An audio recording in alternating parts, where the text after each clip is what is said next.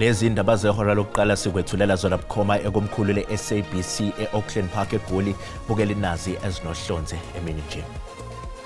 To address these allegations and the implications of these allegations, I'm establishing a Judicial Commission of Inquiry.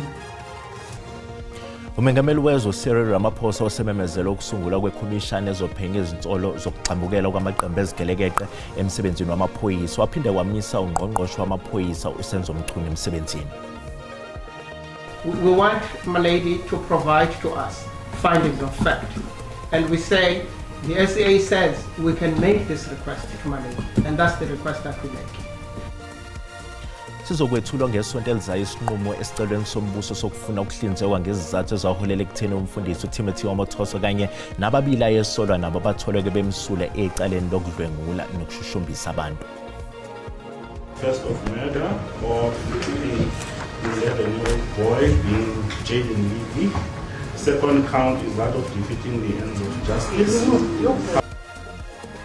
Inkantolo yamanje yase-Roodepoort isehlehliselo lwesihlanu icala lokubulawa kwengane neminyaka eyishumi nomuvo uJaden Lee Meek eVliehof eGoli nelibhekeneke nonina uTiffany Meek. Ukuthola kube kwembukeli ngiyakwamukela ezindabeni ke zehora lokuqala sekunqa phambili kanti futhi ke sihamba phambili la ku-SABC 1 Mzansi for sure kanjalo ke na ku-SABC Lehigh. Igama lami nginguDaud Phungula.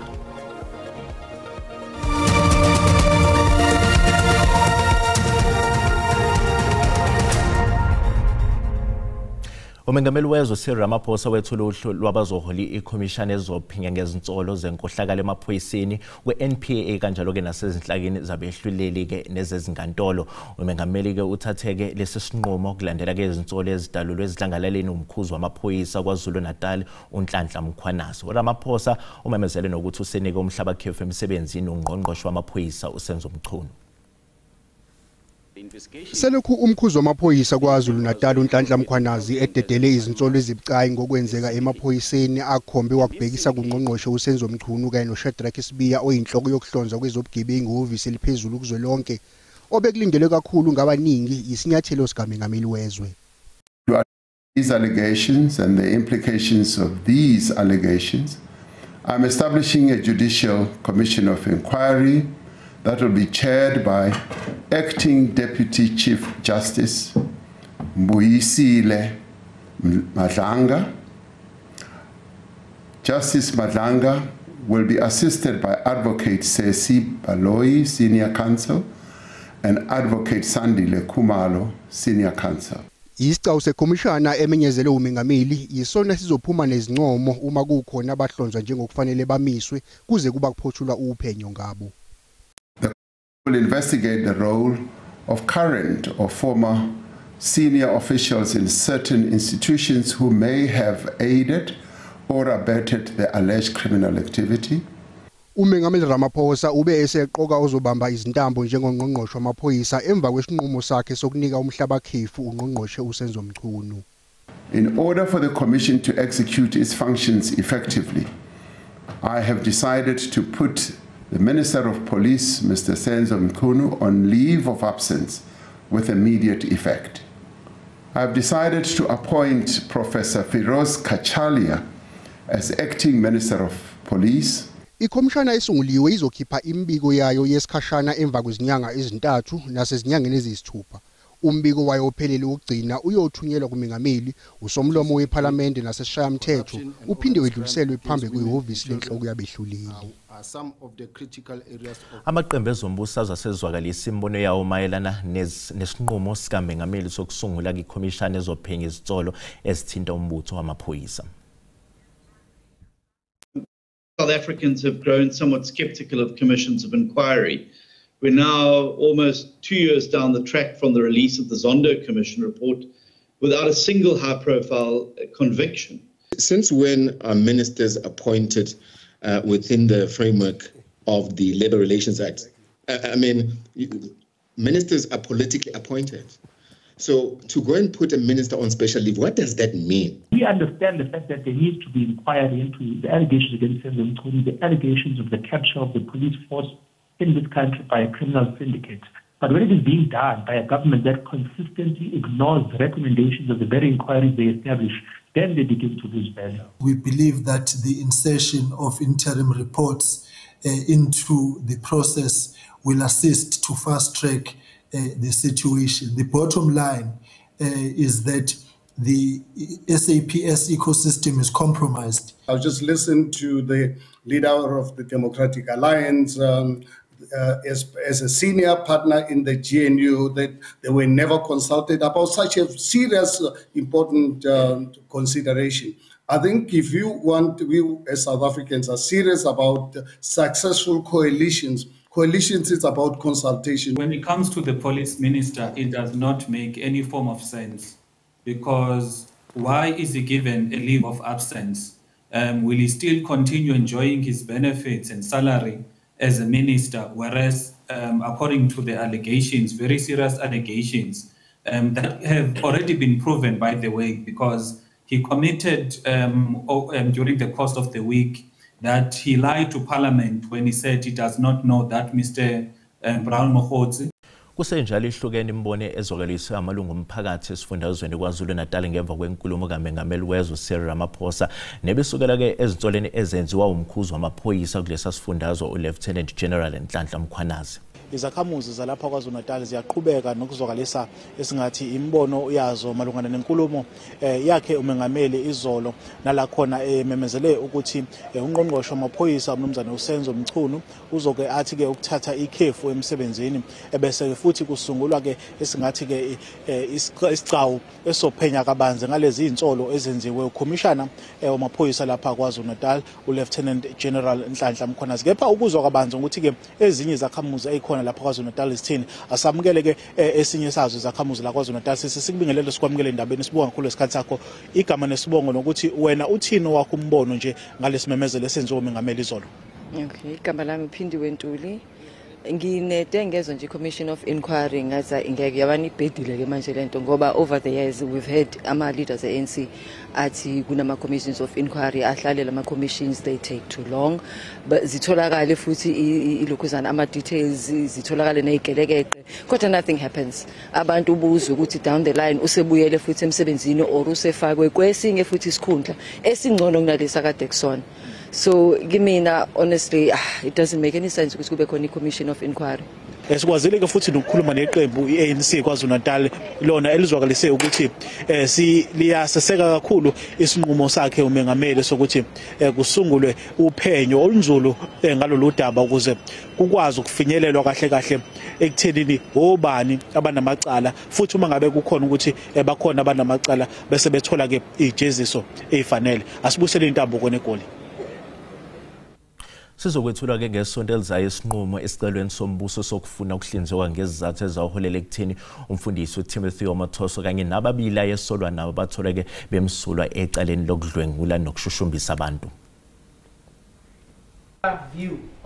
Inkantolo ephakeme seGqeberha izwe ingxenye yokuqala yesicelo seNPA njengoba ihlela ukudlulisa isinqumo ecaneni lika Timothy Omathoso nababili ayesolwa nabo. Lokhu kuza ngemuva kokuthi bobathathu batholwa bemsulwa emaceleni okushushumbisa abantu nokudlwengula, kanti manje iNPA ifuna ijaji uEmma Schoeman ahlinzeke ngamaphuzu aholele kulesinqumo. We want Malady to provide to us findings of fact, and we say the SAA says we can make this request to Malady, and that's the request that we're making. We don't expect Malady to render, for instance, a judgment in the sense of an outcome that would be appealable out of this process. The CPA doesn't contemplate that. The judgments that we rely on from the Supreme Court of Appeal also do not contemplate that. They contemplate where you are not clear about what the factual findings are. You make a request and the court makes those available. And they tell us what would be the potential consequences in circumstances where that is not done. Nokho ke ngakolunye uhlangothi ummeli kaOmothoso ukhale kakhulu ngokuthi isicelo seNPA sigcwele amaphutha. Lady, if you look at the request that has been made, it's not even a proper application. It's not supported by any affidavit suggesting that your ladyship's judgment is unclear or ambiguous in any way. It's a broad request for the provision of factual findings and clarification. Kulindeleke ukuthi ijaji uEmma Schoeman akhiphe isinqumo ngalolu daba ngoLwesibili oluzayo. Inkantolo yemantshi yaseRuderport isihlehliselo lwesihlanu icala lokubulawa kwengane neminyaka eyishumi nomuvo uJayden Lee Meek eFleurhof eGoli nelibhekene nonina uTiffany Meek. uMeek ukhaleleke ngamasongo kaSigonyela ngolwesihlanu olwedlule. Amalungu omphakathi waseFleurhof eRuderport aphume ngobuningi efuna ukuyozibonela ngawawo umsolwa kuleli cala evela kokuqala enkantolo. Bese kuvela ukuthi umsolwa oneminyaka engama-31 ungunina kaJayden Lee Meek. Ubhekene necala lokubulala kanye nelokuphazamisa ukusebenza komthetho.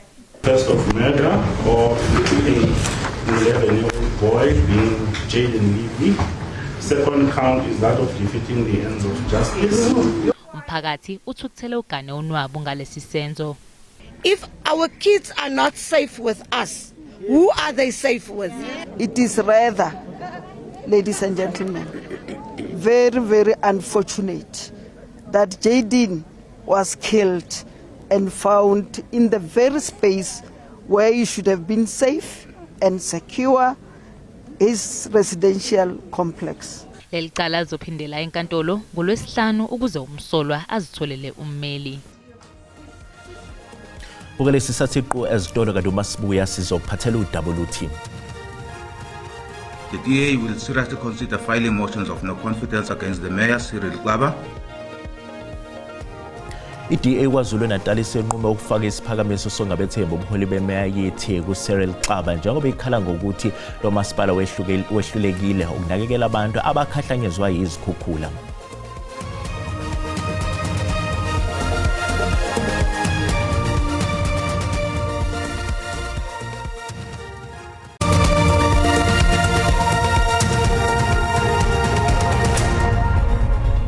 Bukele sikubingelele sikwamukela uma ngabe usanda ngena odabeni oluphambili besibika ukuthi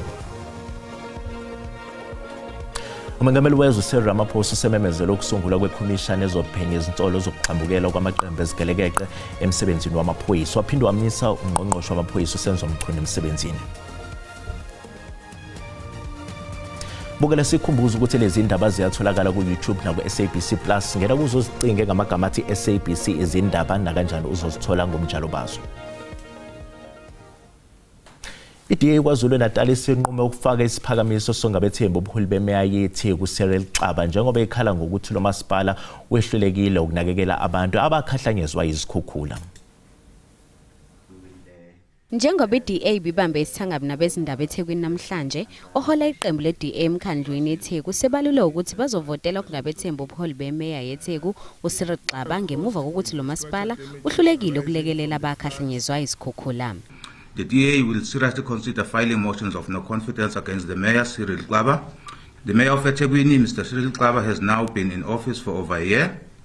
When he took over from the problematic former Mayor Mxolisi Kaunda, he promised to clean up eThekwini and prioritize accountability. Uphinde waqinisekisa ukuthi sebebhalele ikhomishana amalungelo abantu kanye nomvikelo omphakathi ngokuhluleka kwalo masipala ukutakula izisulu.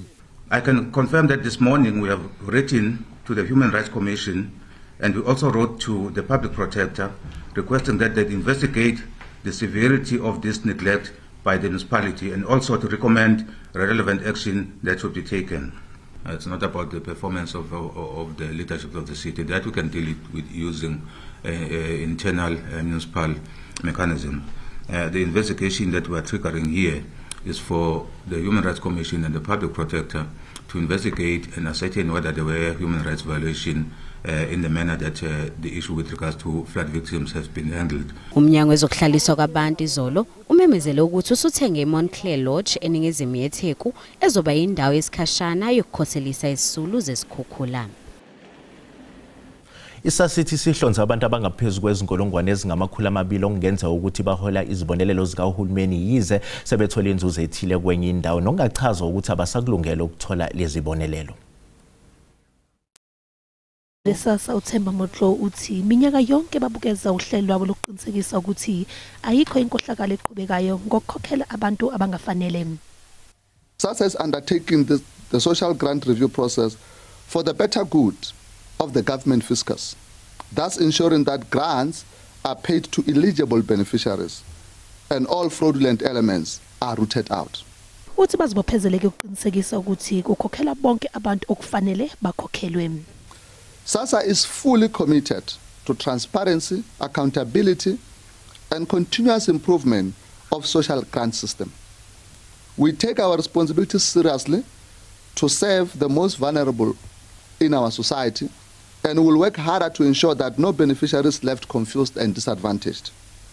Bathumele imlayezo kulabo kufanele babukeze imininingwane yabo. We have also sent out bulk SMS messages and registered letters to addresses we have in our position.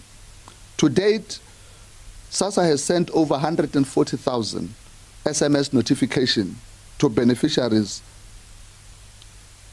selected for reviews. Bazokwandisa ke amahora okusebenza ukuze kubhekwane nemiqa emide emahhovisi eSASSA njengoba kwenziwa lolu hlelo. Izakhamuzi zaseMitchells Plain eCape Flats isikhala ngobugebengu obuqhubekayo kule ndawo. Izinhlangano ezahlukene zomphakathi okubalwa kuzo ke nenhlangano ebhekela ukuphepha komphakathi zenqumeka ukubamba umkhuleko zikhulekela kokulwisana nalesi sihlava esiqhubekayo. Lo mkhuleko usingathwe ngethemba lokuthi uzoletha izinguquko kanye nokuphepha eMitchells Plain. Abaholi bezenkolo bahlanganyele ndawonye bahambele izindawo ezaziwa kakhulu ngobugebengu ngemizamo yokuqeda lesihlava esiqhubekayo. We are fed up with the gang violence, we are fed up with the drug violence, the drug use, and this place here is predominantly a drug haven. It is a wholesale drug trade that happens here. And over and above this is one of the battlefields. So a lot of shooting happens here.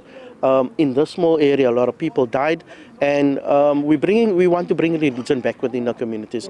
Uhulumeni wakulesifundazwe uthi uzosebenzisana nomkhandlu dolobha waseKapa ukuze bazotshala ezomthetho kulezo ndawo ezihlonzwe njengezizinda zobugebengu, kanti kunxuswa amalungu omphakathi ukuba asebenzisane namaphoyisa ukulwa nalesihlava.